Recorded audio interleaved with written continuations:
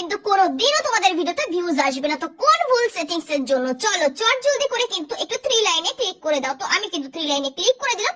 এখানে কিন্তু তোমরা নিচে পেয়ে যাবে সেটিং এন্ড প্রাইভেসি। তো এই সেটিং এন্ড প্রাইভেসিতে ক্লিক করে কিন্তু একদম উপরেই তোমরা পেয়ে যাবে কিন্তু সেটিং আইকন, দেখতে পাচ্ছ?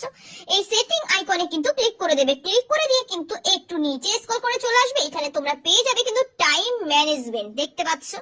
তো এই টাইম ম্যানেজমেন্টে ক্লিক করে দাও। ক্লিক করে দেওয়ার পরে কিন্তু এখানে দুটো ভুল সেটিংস কিন্তু তোমরা করে রাখো, তার জন্য কিন্তু তোমাদের ভিডিওতে ভিউজ আসে না। কোন দুটো ভুল সেটিংস? এই যে স্লিপ মোড, এই স্লিপ মোডটা কিন্তু অনেকেই দেখেছে অন করে রেখে দিয়েছে। অন করে রাখলে কি হবে? এই যে রাত 10টা, দেখতে পাচ্ছ? রাত 10টা থেকে সকাল 7টার মধ্যে কিন্তু কেউ তোমার ভিডিওগুলো দেখতে পারবে না। এমনকি তার মানেটা কি? তুমি তোমার ফোনটাকে মানে তোমার ফেসবুকটাকে ঘুম পাড়িয়ে রাখছো। আরে ভাই, ফেসবুক কি কখনো ঘুমিয়ে থাকে নাকি? এর মানেটা কি? তুমি এই টাইমে অনলাইনে থাকো না, তাই তোমাকে কেউ বিরক্তি যেন না করে, সেটাই কিন্তু এই স্লিপ মোডটা যদি তুমি অন করে রাখো। তো এটা কিন্তু ভুল করেও অন করবে না। এটা আমার যেমন অফ করা আছে, তোমরাও কিন্তু সেম ভাবে অফ করেই রেখে দাও, বুঝতে পেরেছো?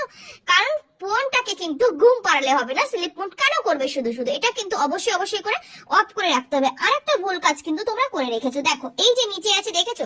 Daily limit. এখানে কোনো লিমিট বলে কোনো কিছু হতে পারে না। দেখো এই যে আমার কিন্তু অফ করা আছে, তোমরা অনেকেই কিন্তু লিমিট টাইম একটা দিয়ে রেখেছো, 2 ঘন্টা কিংবা 45 মিনিট 30 মিনিট। তার মানে কি?